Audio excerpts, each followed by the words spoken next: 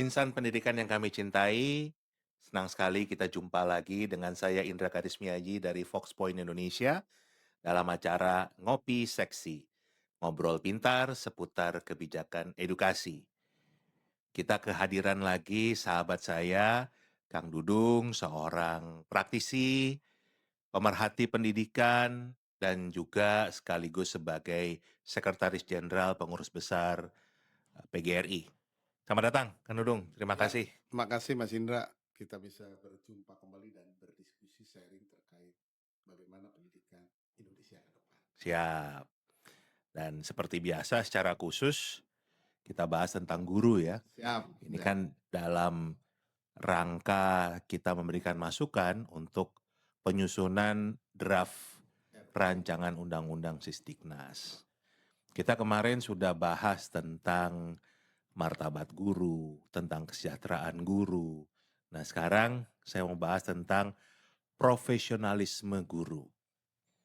Yang menurut saya juga PR besar buat kita karena waktu itu kita sudah bahas ya kajian dari Bank Dunia mengatakan guru Indonesia ini sudah dapat tunjangan profesi. Kita jangan bandingin dengan negara lain ya karena memang kalau dibanding negara lain juga masih sedikit.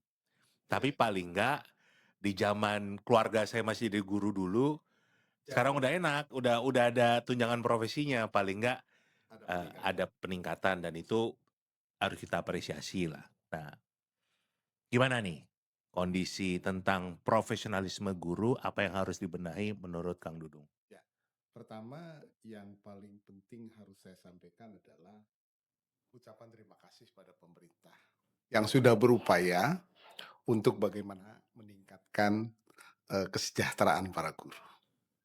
Nah, hak sudah dipenuhi oleh para guru, berarti yang harus kita lakukan sebagai seorang guru, kemudian organisasi profesi adalah bagaimana mempertahankan kualitas layanan yang disajikan oleh para guru. Tentunya adalah tingkat profesionalitas para guru.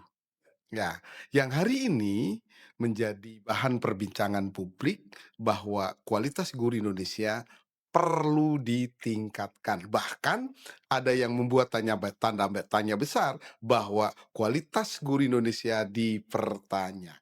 Nah, Mas Indra begini, ini memang yang harus kita lakukan bagaimana kita, pemerintah, kemudian organisasi profesi dan masyarakat menjaga kualitas dan kapasitas guru untuk terus mendapatkan sebuah konsep dalam total quality of education, yakni peningkatan secara terus-menerus. Tentunya peningkatan secara terus-menerus ini adalah pada sisi yang positif. Nah, berawal harus konsep ini yang dilakukan oleh pemerintah dan organisasi profesi, pemetaan kualitas guru. Kenapa pemetaan kualitas guru? Karena dengan pemetaan kualitas guru, kita tidak salah memberikan treatment kepada guru.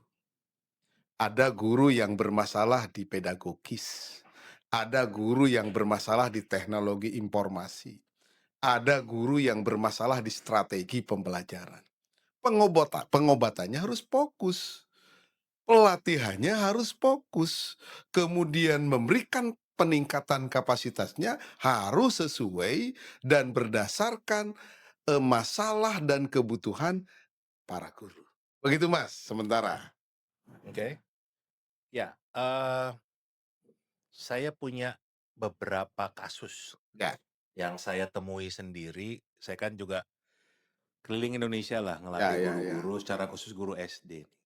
Mhm. Guru SD ini di beberapa tempat termasuk di Pulau Jawa, Pulau Sumatera, Pulau Kalimantan, Sulawesi, Semualah pokoknya. NTB, NTT saya sempat training. Saya kasih pertanyaan yang sama. Saya kasih angka satu, satu Mhm. tambah 2 tambah 3 Salah, berapa? kayak gitu. Semua bisa jawab 6. Tapi Tapi begitu soalnya kombinasi. saya ubah menjadi soal cerita. Misalnya, si Andi diajak ibunya ke pasar. Di pasar, ibunya itu membeli satu buah kaos warna kuning, ya kan? 2 buah kaos warna hijau, 2 buah kaos lagi warna biru. Dibawa pulang ke rumah, Andi disuruh masukkan kaos-kaos itu ke lemari. Di dalam lemari sudah ada 1 kaos warna biru. Berapa jumlah kaos yang ada di dalam lemari? Banyak yang salah. Guru bilang, "Susah amat, Pak, soalnya." Padahal dalam jumlah yang tidak terlalu banyak. Dan sama kan, begitu 1 tambah 2 tambah 3 dalam bentuk simbol, mereka bisa jawab. Tetapi begitu dalam Soal bentuk cerita, soal cerita yang sebetulnya kan lebih otentik, lebih sesuai dengan apa yang terjadi dalam dalam kehidupan sehari-hari, buat guru-guru kita sulit. Nah, kalau saya melihat yang harus dibenahi jangan gurunya dulu, tapi institusi yang bagaimana menyiapkan guru-guru kita. Gitu nggak? saya sepakat. Tadi di beberapa pertemuan yang lalu kita menyampaikan bahwa investasi juga terkait dengan problematika masalah guru adalah perguruan tinggi yang menyiapkan para guru atau calon calon guru. Mmm, Ya kita lihat bahwa kualitas dan kapasitas guru itu dipengaruhi juga oleh bagaimana dulu ketika mereka belajar di kampus. ya. Kampusnya hebatkah atau tidak, dosennya hebat atau tidak, atau ngajarnya serius atau tidak, belajarnya budaya, belajarnya jalan atau tidak, gerakan literasi dan numerasinya jalan atau tidak. Berdampak kepada hari ini guru dalam mewujudkan profesionalisme. Sehingga apa? PGRI mendorong transformasi tata kelola guru itu dari hulu ke hilir. Pertama adalah kesejahteraan menjadi nomor satu. Kedua, setelah kesejahteraan menjadi nomor satu, anak-anak hebat ini akan masuk perguruan tinggi yang menyiapkan calon guru. Ketiga, institusi atau kampus-kampus yang menyiapkan guru harus kampus-kampus terbaik dan kampus-kampus unggul, kampus-kampus yang sempurna, dosen-dosennya juga harus hebat. Ya. Sehingga nanti saat dia menjadi guru, jadilah guru yang hebat-hebat. Nah, dengan kasus-kasus yang seperti Mas Indra sampaikan, berarti Mas Indra harus sepakat dengan saya bahwa mengobati para guru harus sesuai dengan kebutuhan dan masalah guru. Betul. Tentunya mulai tadi dari institusi yang memang kita percaya untuk menyiapkan Calon guru. orang-orang yang akan mendidik bangsa ini kan. Nah, oke. Kan nggak boleh sembarangan. Nah, Tapi itu nggak pernah menjadi suatu ucapan dari pemerintah ataupun bahkan dari anggota DPR kita. Kalau memang kita butuh membenahi LPTK-LPTK ini. Setuju nggak? ya saya pikir itu menjadi faktor penentu. Ya, Faktor penentu bagi saya tadi katakan tadi bahwa transformasi tata kelola guru dari hulu sampai ya, hilir. Jadi kampus di dalamnya ada dosen, ada institusi dan seterusnya. Kemudian yang masuk kampus terukur berawal dari berapa poin kapasitasnya. Ini akan berpengaruh pada kualitas guru hari ini. ya. Nah, bicara berarti tadi kita sudah bicara sebelum ke profesionalitas guru, bicara penyiapan Profesi guru. profesi guru. Nah, ini menjadi bahan renungan kita bersama Mas Indra, Ya, baik pemerintah, masyarakat, organisasi profesi seperti PGRI, bagaimana menggagas guru masa depan melalui perguruan tinggi yang menyiapkan guru masa depan yang lebih baik, lebih maju, dan lebih memikirkan bagaimana guru-guru ini dididik dengan sebaik-baiknya. Itu yang pertama. Yang kedua adalah tidak cukup di situ. Bagaimana kita menggagas masa depan guru. Jadi tidak hanya guru masa depan, tapi masa depan gurunya dipikirkan. Nah, kita sudah bicara kesejahteraan guru. Nah, setelah itu rekrutmen guru. Rekrutmennya harus benar. Tidak boleh ada lagi hal-hal yang tidak memenuhi syarat jadi guru, tapi bisa jadi guru. Jadi harus tapi kan tadi kalau universitas yang menyiapkan sudah beres, nggak perlu ada rekrutmen lagi. ya tinggal Itu loh, cari jadi yang terbaik, mekanismenya kan sudah dibenahi dari lulusan LPTK ini udah memang yang terbaik di betul, Indonesia, oke. yang udah memang siap untuk mendidik calon pemimpin bangsa. Ya, oke. Itu berarti kan selesai kita di rekrutmen. Ya, Direkrutmen selesai ketika perguruan tingginya sudah terpercaya Ya, dalam pengelolaan ya, menyiapkan calon guru. Nah, sekarang masalah ini muncul, Mas. Hari ini guru-guru kita kapasitas dan kompetensinya harus ditingkatkan. betul. Nah, PGRI punya gagasan tadi bahwa dalam pengembangan profesi guru itu harus ditata kelola dengan baik, Ya, berbasis masalah, berbasis kebutuhan guru, dan berbasis lokal wisdom dari setiap provinsi. ya, Saya pikir guru di DKI itu tidak akan sama mentreatment guru di NTT. Jadi inilah tugas besar dari pemerintah memetakan kualifikasi guru, memetakan kualifikasi kepala sekolah, memetakan kualifikasi pengawas sekolah. Kalau ini tertib, tidak perlu lagi pusing-pusing pemerintah membuat Permendikdasmen nomor 7 terkait dengan periodisasi kepala sekolah dan seterusnya. Tapi tata kelola ini tergambar dari potret bagaimana rapot guru di Indonesia. ya. Dulu Pak Anies sudah menggagas itu, dan hasilnya ya guru yang sudah hebat membimbing guru yang belum bagus. Ada rapotnya, Mas. Ada pedagogiknya, ada apa sih namanya profesionalnya, ada bagaimana penguasaan materinya, ada bagaimana dia mengajarkan dan seterusnya. Itu jelas sehingga mengobati guru berbasis masalah dan kebutuhan guru. Sepakat juga berdasarkan daerah ya. Ya, itu tadi Itu itu provinsi. itu itu itu sangat penting karena memang kita selama ini tanpa kita sadari.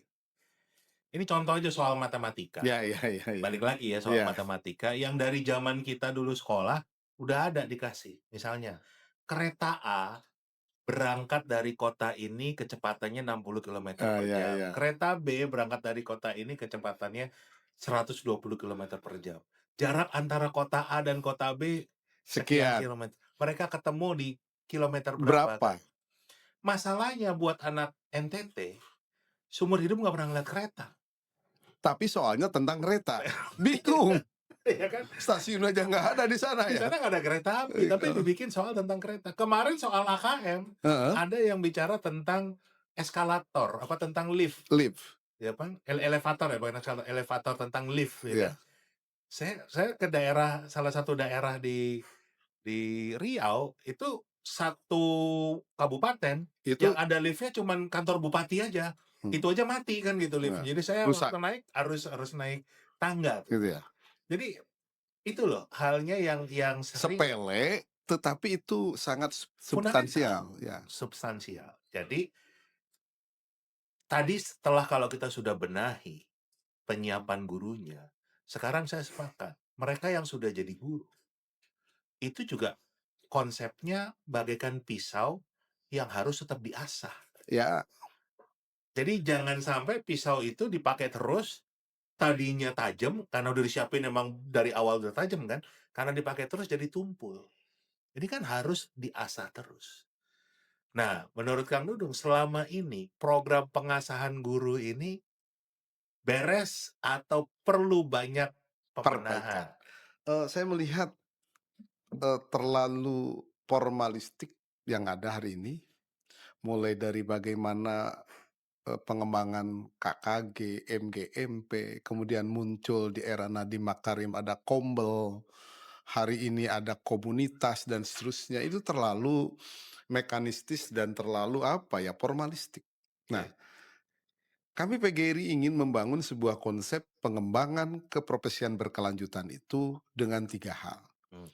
Pertama adalah bagaimana PGRI, organisasi profesi, pemerintah, masyarakat mendorong guru untuk melakukan kegiatan pengembangan berkelanjutan melalui kegiatan mandiri. Minimal ada sebuah target. Satu bulan satu kali guru tuh membeli buku, gerakan membeli buku. Tapi tidak cukup dengan gerakan membeli buku saja, tapi ada sebuah gerakan membaca. Oke. Ini gerakan-gerakan ini akan memberikan sebuah apa, harapan, keyakinan pada guru-guru Indonesia. Kalau tidak didorong itu, saya yakin uang sertifikasi yang selama ini diberikan, tidak cukup untuk bagaimana guru membeli buku. Padahal kunci guru bisa bicara, hebat. Kunci guru bisa menyampaikan pesan, berawal dari apa? Buku. Kalau tidak buku ya mendengar. Jadi berawal dari peningkatan kompetensi mandiri itu berawal dari bagaimana guru melakukan sebuah gerakan membeli dan membaca buku. Boro-boro beli buku, Kang. Guru-guru kita paling banyak terjerat pinjol ini. Ya, saya yakin kalau di edukasi bisa, Mas. Kalau di edukasi Saya bisa. yakin itu. Saya yakin. Saya Jadi yakin. perlu edukasi seperti ini. Kita pertemuan-pertemuan PGRI melakukan sebuah konsep yang disebut dengan lingkar belajar guru.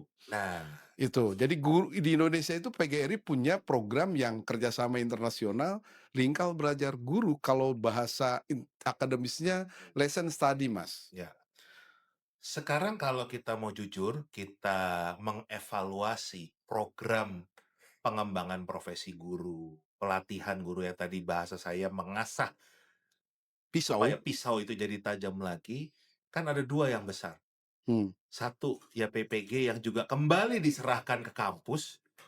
Organisasi profesi tidak dilibatkan. Iya, tidak dilibatkan. Jadi balik lagi nih, permasalahannya kalau tadi kampusnya tidak menghasilkan guru yang sesuai dengan harapan Harapan. kita, dengan kualitas kapasitas yang kita butuhkan, ini sekarang suruh ngelatih lagi, ya kan? Jadi kita ini memang suka banget jatuh di lubang yang sama berkali-kali. Iya, iya, iya. Itu kan yang paling besar. Hmm. Itu PPG ke kampus lagi. Yang kedua, kementerian kita sering sekali mengadakan pelatihan yang isinya nggak jelas. Narasumber atau pelatihnya juga nggak jelas. Bahkan sering guru ditarik untuk jadi narasumber. Yang peserta kepala sekolah dan pengawas sekolah. Bahkan yang kemarin tuh lebih aneh lagi, guru SMA dilatih sama guru Guru SD, TK. guru Guru TK, TK. gitu. Ya kan? Hmm. Jadi ini kalau saya lihat secara serapan anggaran bagus, gede banget. Apalagi di hotel mewah. Hmm. Terus guru Jakarta dilatihnya di Medan, nanti Hmm. guru Medan dilatihnya di Pontianak, guru Pontianak latihnya di Bali, guru Bali latihnya di Makassar. Jadi biaya Transportasinya pesawat, jalan. biaya ini jalan semua Ya, besar. besar. Padahal kita punya gedung-gedung yang dulunya namanya LPMP, Balai P4TK. P4TK, ada balai Sekarang berubah kan juga. jadi balai, Guru terakhir kan jadi guru balai guru penggerak yang diprotes oleh PGRI akhirnya berubah lagi, Mas. sekarang namanya berubah lagi Berubah kan? lagi. Ya, tapi kan intinya udah ada gedungnya. Heeh. Dan kalau nggak salah, kalau saya datang ke beberapa tempat itu udah ada kayak Bagus-bagus, penginapannya, Mas, kayak hotel ada lah. kayak hotel kan Kayak gitu. hotel. Tapi kan kementerian lebih suka ngadain di hotel beneran, ya kan? Karena menurut apa, tata kelola anggaran, Mas, kalau di tempat sendiri nggak boleh, Mas. Nah, saya balik ke situ, Mas. Saya tadi belum selesai. Pertama adalah pengembangan keprofesian itu ada yang mandiri. Hmm, Yang kedua, ada yang disiapkan oleh pemerintah. oke. Karena menurut Undang-Undang Guru dan Dosen, hak guru itu salah satu di antaranya adalah mendapatkan peningkatan kompetensi dan pengembangan karir. Ya, Tetapi persoalannya tadi, bahwa pelatihan, workshop yang disiapkan oleh kementerian atau pemerintah daerah tidak berbasis masalah dan kebutuhan ya. guru. Pilek obatnya tetap Antalgin, gitu ya. Batuk obatnya tetap Antalgin. Jadi jangankan sembuh, maka makin rusak organ tubuh kita. Nah, itu maksud saya.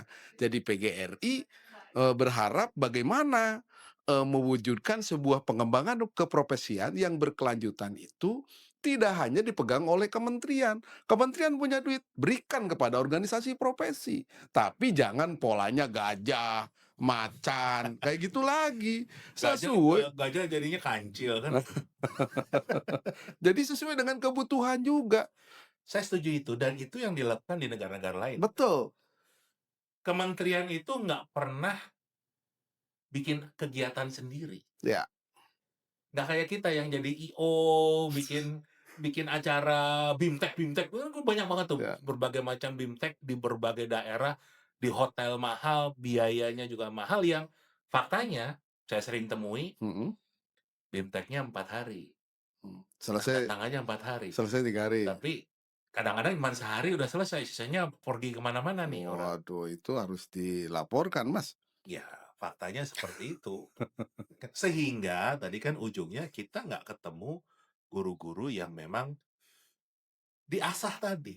Belum lagi ada juga guru yang spesialis pelatihan kan. Lulu lagi, lu lagi, lu Iya lagi kan gitu gitu ya. loh. Jadi dia malah malah nggak pernah di sekolah karena sibuk ikut atau jadi narasumber pelatihan di mana-mana. Nah, ini yang PGRI inginkan bahwa kementerian, khususnya Kemendikbudrismen melalui Ditjen GTK harus punya tim. Sepakat, Bersama organisasi profesi, bersama kampus, bersama pemerhati pendidikan, praktisi pendidikan. Mempola, memetakan bagaimana di DKI yang didahulukan, apa guru berkualitas A, guru berkualitas B, guru berkualitas C. Karena obatnya beda-beda, pelatihannya harus beda-beda. betul, Jadi sepakat, dipetakan dan dibuatkan tim untuk bagaimana meningkatkan kapasitas dan profesionalitas guru. Ini sepakat, penting. sepakat. Nah, sehingga kalau ini dilakukan dan ini betul Mas, keluh kesah dari Kepala Badan Asesmen dan Standar Kurikulum Nasional, Prof. Tony, itu di sela-sela kegiatan ngobrol dengan kami bahwa hari ini guru-guru kita kesulitan untuk ditingkatkan kualitasnya. Ya saya bilang, "Mas, harus kita evaluasi apa yang sudah kita lakukan." Sepakat. Kita evaluasi, dari hasil evaluasi itu kita harus melakukan sebuah konsep pelatihan yang tidak seperti itu. Ya, Digagas sedemikian rupa sehingga pelatihan itu menginspirasi, ya. memotivasi, mau berubah melalui konsep tadi, paradigma. Membangun paradigma, pelatihan itu harus membangun paradigma guru.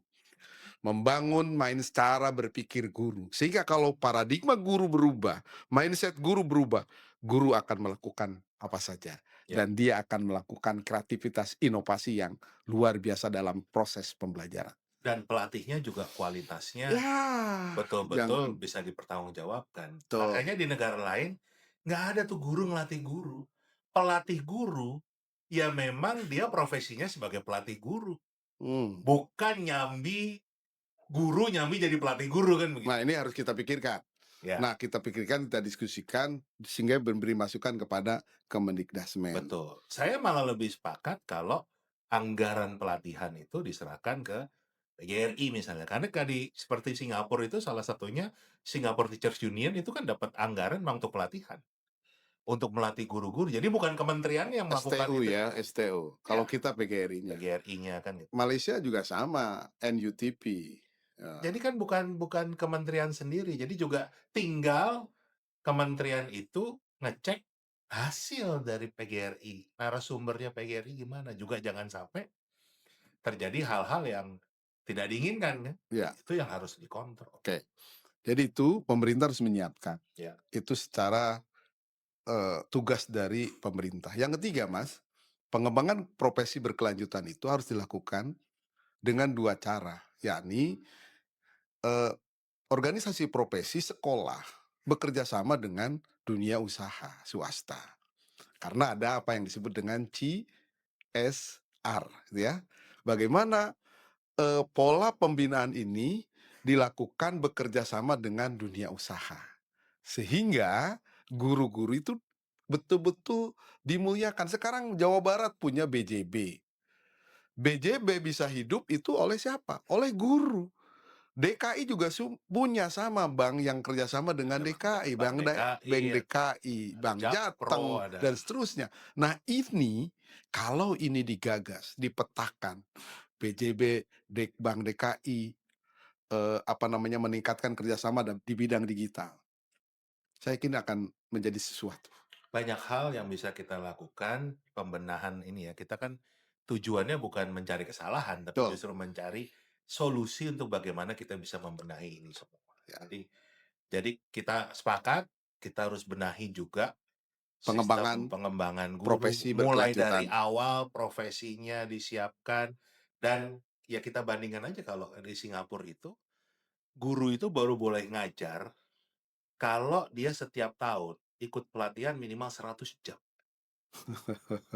Itu baru boleh ngajar lagi dia. Jadi memang dan itu bebas dia ngambilnya di lembaga-lembaga tadi, STU, ada di kampus juga ada, di lembaga Dan lain itu juga. berbayar, Bayar, berbayar. masa gratisan kan gitu.